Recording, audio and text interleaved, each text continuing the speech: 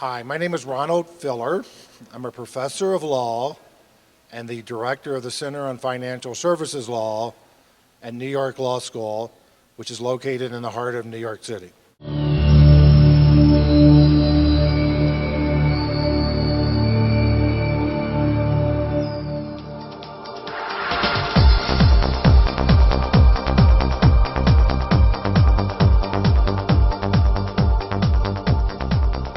Question: when you create new laws and new regulations, it does help the legal profession. Lawyers are experts on the law and the regulations, and therefore they need to provide their expertise to their clients.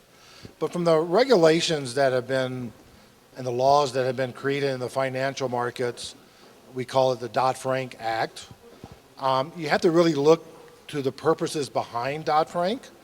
And the main purpose behind Dodd-Frank was to reduce the systemic risk associated with not only financial products, but the firms that engage in these products.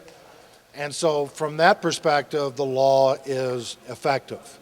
It's taking a lot of the products that were unregulated and requiring them to now be subject to new laws and new regulations. So you have to compare that or provide the balance to whether or not the laws and regulations are effective laws and regulations. Have they achieved their purpose? Meaning, are the laws and regulations, are they designed to reduce the systemic risk? And of course, associated with any of that analysis, have there been proper economic and other studies done to make sure that the laws and regulations are not only effective today, but will be effective in the future as well, because laws and regulations stay on the books for a long period of time. Every new law and new regulation, there needs to be an economic cost-benefit analysis, okay? And one of the costs, as I mentioned earlier, is the cost to implement and comply with that regulation.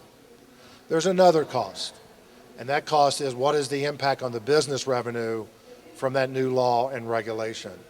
And to be effective, the regulations and the laws need to look at both pictures, both parts, and they don't always do so. And we have in the United States this new law called Dodd-Frank, and Dodd-Frank requires some 400 new sets of regulations, okay? Tremendous amount of cost by all parties involved to comply.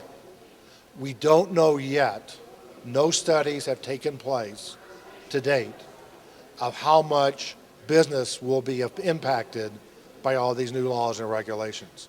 Will they stay in the United States? Will they continue in the United States? Or will they move outside the United States if they're going to continue? No one has done that analysis to my knowledge.